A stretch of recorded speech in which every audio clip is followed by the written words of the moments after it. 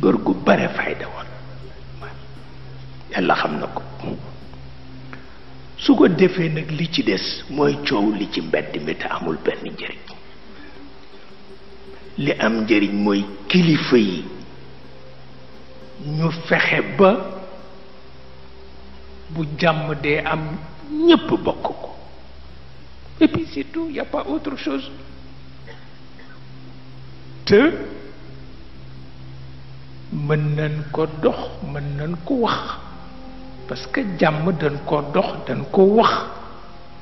Ça n'a rien à voir avec la démocratie.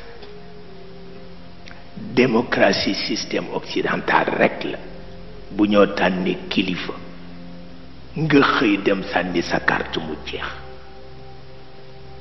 nga ànd ak kilifa gën ak di liggéey te bépp njëlbeen boo bàyyiwul mu gàkkal doo nit.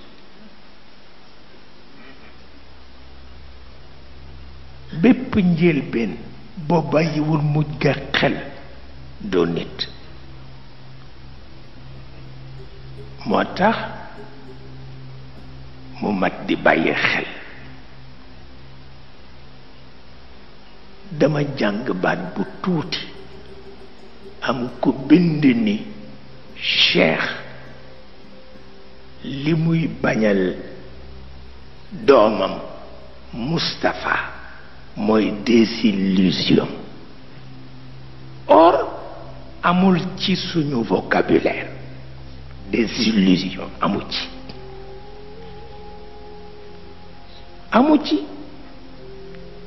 parce que itam nit ki bala nga koo àtte ci sa philosophie xamal philosophie am ba noppi. nit ki bala nga koo àtte ci sa logique xamal logique am ba noppi. mais nit ki xamuloo philosophie am tëb tëb àtte ko ci sa philosophie kooku yere diku la. nit ki xamuloo logique am ñëw àtte ko ci sa logique kooku yere diku la. ah heureusement que am lu nu jàng ci Babacar Sy jàng ko ci Maodo baayam parce que dama ko daan wax rendre nga ñu service parce que dundu ñoo Maodo te moom la ñu gën a xam ci yow. su dul yow loolu du mën nekk. mais kenn dana fekk taalibe buy dem di def ay élection jublu ca ni dafa gouverner un pays te xamul nañoo gouverner un pays kooku bokkul ak taalibe bu ñu ni sañu loo fi waxe mu taxaw ni sañ naa fi waxe woote ba mu neex ko.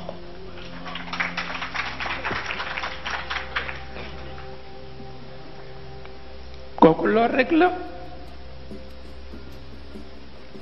bu ko defee ñu ni ma def PSS te defuma ko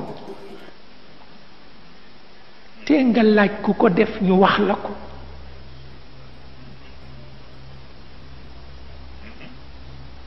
te nga laaj te ñu wax la ku def PSS ku ko def. ak itam lu tax ba ñu ne am na échec nu tëj sunu bunt di tàccu di fecc.